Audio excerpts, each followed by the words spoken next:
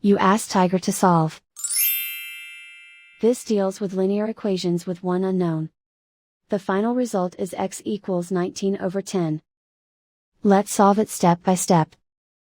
Group all constants on the right side of the equation. Subtract 3/2 from both sides.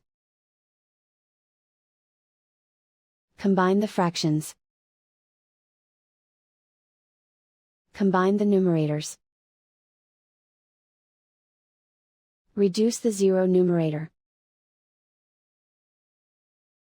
Simplify the arithmetic. Convert the integer into a fraction. Combine the fractions. Combine the numerators. Isolate the x.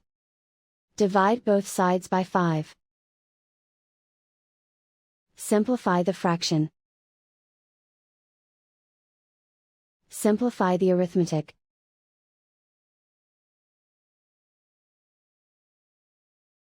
And so the final result is x equals 19/10.